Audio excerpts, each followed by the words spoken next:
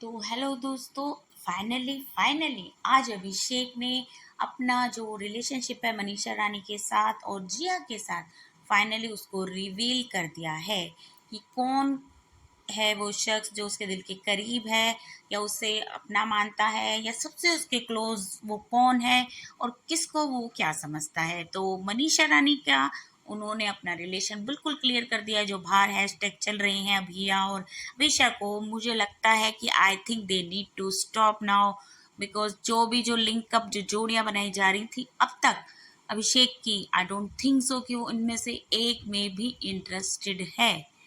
बताते हैं उसने मनीषा के साथ क्या रिवील किया। तो फ्रेंड्स, आज हुआ ये कि नॉमिनेट हुई थी मनीषा रानी और आशिका भाटिया।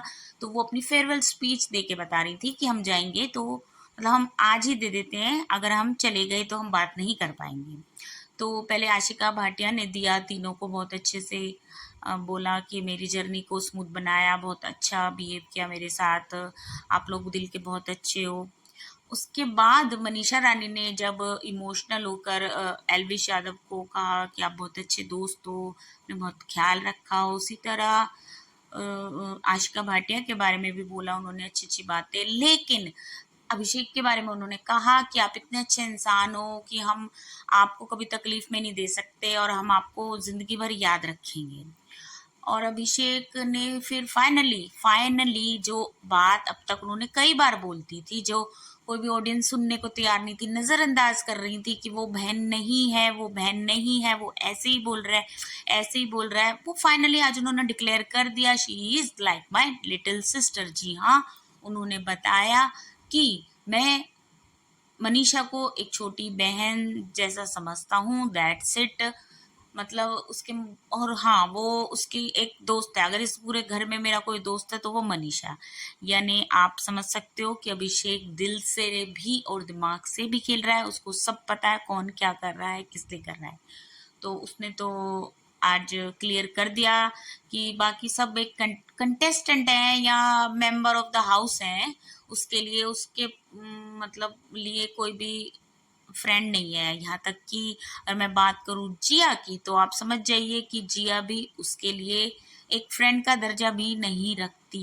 समझ रहे हैं आप बात, क्योंकि उसने बोला कि पूरे घर में मेरा एक ही दोस्त है, वो है मनीषा, जिसको मैं छोटी बहन के रूप में देखता हूँ। यानी कि अभी आप ये बंद कर दीजिए उसको किसी भी लड़की के साथ पेयर अप करना, क्योंकि वो इन दोनों में से किसी के साथ भी नहीं नाम जोड़ना चाहता।